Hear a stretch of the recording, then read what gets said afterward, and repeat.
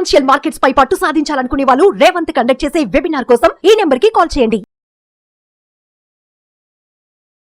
నమస్తే, welcome to Suman TV. నేను విష్ణు. ప్రస్తుతం మనతో పాటు QPFP qualified personal finance professional Chari గారు ఉన్నారు. వారితో మాట్లాడదాం. సార్ చారి గారు నమస్తే. సార్ నమస్తే అండి.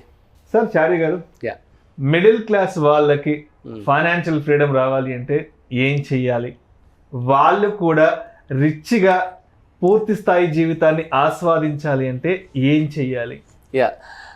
విష్ణు గారు, యాక్చువల్గా first of all middle class అంటే మీరు ఏమనుకుంటున్నారంటే ఒక 10 సంవత్సరాల క్రితం,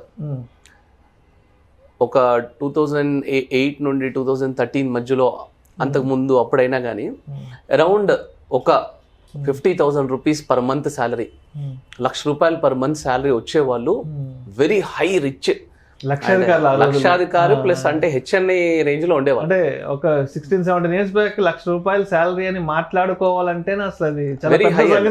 అబ్బో, ₹1,00,000 శాలరీ చాలా ఆయన గౌరవంగా చూసేవాళ్ళు.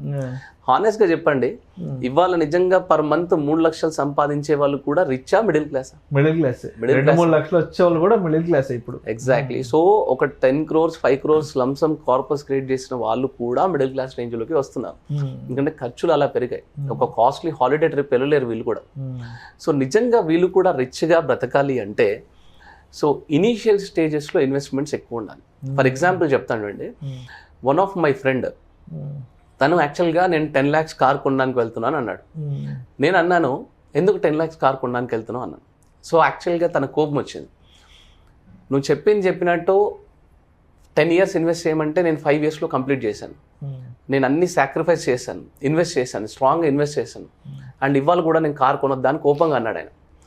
నేను అదే అంటున్నాను, ఫర్ 10 yearsలో చేయాల్సింది 5 yearsలో చేసేసావు.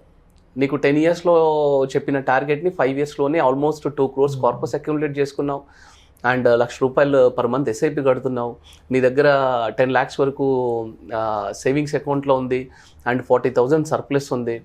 ఇవన్నీ ఉన్న తర్వాత నువ్వెందుకు 10 lakhs కార్కి వెళ్తున్నావు? 20 lakhs కార్కి వెళ్ళమని చెప్పాను నేను. ఓకే అంటే ఇనీషియల్ స్టేజెస్లో కొంచెం టైట్ చేసుకొని, తనంతలు తాను టైట్ చేసుకొని సాక్రిఫైస్ చేసి ఇన్వెస్ట్ చేసినందుకు తను ఇప్పుడు ఏంటంటే, నేను చెప్పాను సేఫ్టీ కార్ కొనుక్కో, 10 లక్షలు కాదు 20 లక్షల కార్ కొనుక్కో. ఎవ్రీ 3 years హాలిడే వెళ్తా ఉన్నావు కదా, ఎవ్రీ 2 yearsకి హాలిడే వెళ్ళు ఫ్యామిలీని తీసుకొని.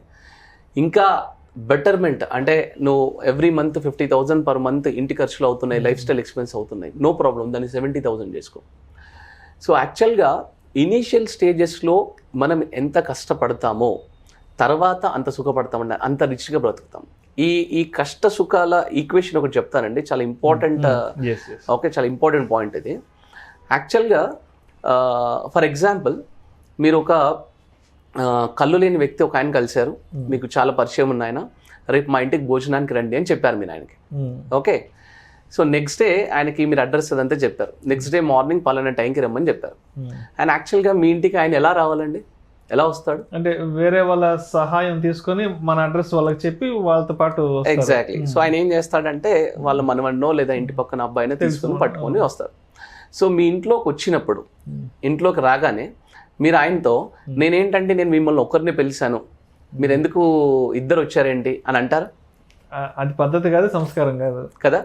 సో మీరు ఒక్కరిని పిలిచినా సరే ఇద్దరిని ఆహ్వానించాల్సిందే.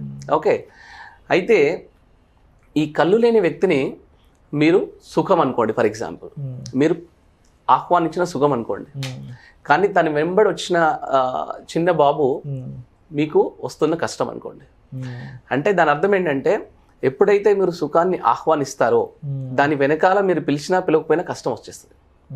ఓకే, అయితే ఈ సుఖాన్ని కళ్ళు లేని వ్యక్తులతో ఎందుకు పోల్చాము అంటే, మనకి బాగా సుఖం ఎక్కువైనప్పుడు లేదా రిచ్నెస్ ఎక్కువైనప్పుడు మనకి కళ్ళు కనిపించవు, అందుకే ఆయనతో పోల్చాను. నెత్తి అంటారు కదా, సో ఆ వర్డ్ యూజ్ చేయలేదు నేను. సో అలా ఉంటుంది అనమాట సిచ్యువేషన్. ఇప్పుడు ఇదే ఎగ్జాంపుల్ని మీరు ఇన్వెస్ట్మెంట్ సైడ్కి తీసుకురండి. ఓకే, మనకేమవుతుంది అంటే, మిడిల్ క్లాస్ వాళ్ళు మిడిల్ క్లాస్ లాగానే ఎందుకు ఉంటున్నారు, లేదా మిడిల్ క్లాస్ వాళ్ళు ఇంకా పేదగా ఎందుకు మారుతున్నారు అంటే, రీజన్ ఏంటంటే, ఇనీషియల్ ఫస్ట్ 10 yearsలో వాళ్ళు జాబ్ స్టార్ట్ చేసిన ఫస్ట్ 10 yearsలో వీళ్ళు సుఖాన్ని ఆహ్వానిస్తున్నారండి బాగా.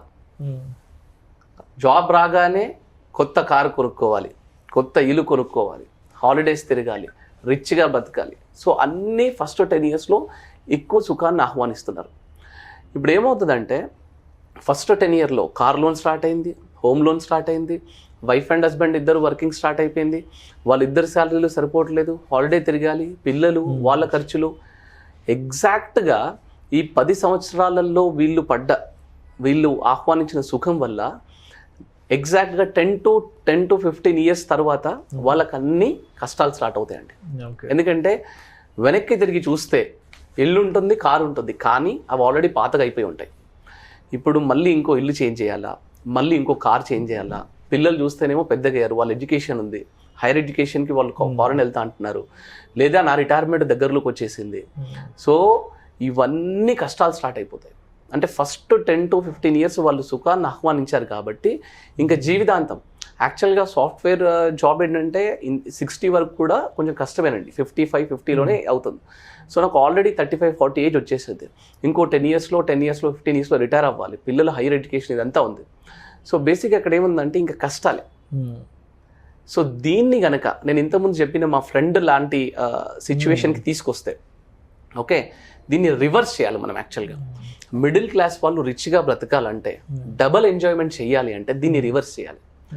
ఇనీషియల్ ఫస్ట్ ఇయర్స్లో ఈ సుఖాలన్నింటికి దూరం ఉండాలి. కారు అడ్జస్ట్ చేసుకోవాలి, ఇల్లు అడ్జస్ట్ చేసుకోవాలి, వీటన్నిటిని. ఎందుకంటే కార్ లోన్, హోమ్ లోన్ తీసుకొని దాన్ని క్లోజ్ చేద్దామని పరిగెడుతూ ఏం చేస్తామంటే మిగతా గోల్స్ అన్నిటిని, ఇన్వెస్ట్మెంట్స్ అన్నిటిని మనం పక్కన పెట్టేస్తాం.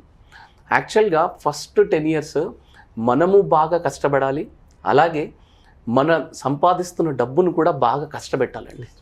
ఆ ఫస్ట్ 10 to 15 ఇయర్స్ కనుక బాగా కష్టపెడితే ఇంకా లైఫ్ లాంగ్ నువ్వు మిడిల్ క్లాస్ రేంజ్లో ఉండవు, ఇంకా రిచ్ క్లాస్లోకి వెళ్ళిపోతావు. ఎందుకంటే 10 ఇయర్స్ తర్వాత అంటే సరిగ్గా ప్లాన్ చేస్తేనండి, 1 లక్ష రూపాయలు 2 లక్షలు ప్లాన్ చేస్తే, ఇవన్నీ నేను ప్రాక్టికల్గా జరిగినవి చెప్తున్నానండి.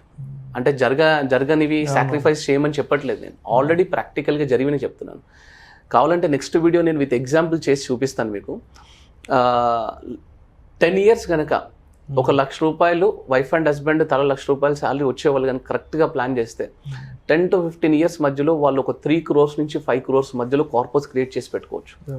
సో ద మూమెంట్ ఆ కార్పస్ క్రియేట్ అయిన తర్వాత నువ్వు ఇల్లు కొంటావా, హాలిడేస్కి వెళ్తావా, ఇన్వెస్ట్మెంట్ ఇంకా మీరు ఆపేసినా పర్వాలేదు, ఇంకా లగ్జరీగా ఎంజాయ్ చేయొచ్చు, డబల్ ఎంజాయ్ చేయొచ్చు, రిటైర్మెంట్ ఫేజ్ని ఇంకా డబల్గా ఎంజాయ్ చేయొచ్చు. సో కరెక్ట్గా చెప్పాలి అంటే లో class, middle class, high class అనేది యాక్చువల్గా వాళ్ళకున్న సంపాదన బట్టి ఉండదండి. నాకు తెలిసినంత మటుకు థింకింగ్లో ఉంటుంది. థింకింగ్ లో క్లాస్ ఉంటే మనం లో క్లాస్ అంటాము, మిడిల్ క్లాస్ థింకింగ్ ఉంటే మిడిల్ క్లాస్ అంటాము, హై క్లాస్ థింకింగ్ ఉంటే హై క్లాస్ అంటాము. మిడిల్ క్లాస్లో ఉన్న సంపాదన తక్కువ ఉన్నా ఏమైనా సరే నీ థింకింగ్ అనేది రైట్ హై క్లాస్ ఉందనుకోండి, ఇవ్వాలి కాకపోతే నువ్వు రేపైనా డెఫినెట్గా హై క్లాస్కి రీచ్ అవుతావు. నువ్వు అనుకున్న ఎంజాయ్మెంట్ కంటే కూడా డబల్ ఎంజాయ్మెంట్ చేయొచ్చు. నేను ఇంతకుముందు మా ఫ్రెండ్ ఎగ్జాంపుల్ చెప్పాను కదండి, నువ్వు సేఫ్టీ కార్ కొను, 10 లక్షలు కాదు 20 లక్షల కార్ కొను, నువ్వు హాలిడేకి 3 lakhs కాదు 5 lakhs స్పెండ్ చేసుకో. సో ఫస్ట్ 10 years కష్టపడతా అంటే ఈ కష్ట సుఖం ఈక్వేషన్ ఉంది చూడండి, ఎందులోనైనా అంతేనండి. ఇప్పుడు మీ సుమన్ టీవీ తీసుకోండి, మీ ఎండి గారు తీసుకోండి, ఫస్ట్ 10 yearsలో భయంకరంగా కష్టపడ్డారు, ఫస్ట్ 5 yearsలో భయంకరంగా కష్టపడ్డారు, అందుకే గ్రోత్ వచ్చింది. అట్లాగే చిన్నపిల్లలు వాళ్ళ ఎడ్యుకేషన్ అనేది కూడా చాలా కష్టపడి చదివితే తర్వాత సుఖంగా బ్రతుకుతారు వాళ్ళు. అంతేగాని నేను చదివేటప్పుడు సుఖపడతానంటే తర్వాత కష్టపడతాను. సో మిడిల్ క్లాస్ వాళ్ళందరూ కూడా డబుల్ ఎంజాయ్ చేయాలి అంటే ఫస్ట్ ఇనిషియల్ 10 years, ఆ ఇనిషియల్ 10 yearsలో కూడా ఫస్ట్ 5 yearsకి కాంపౌండింగ్ ఎఫెక్ట్ చాలా ఎక్కువ ఉంటుందండి.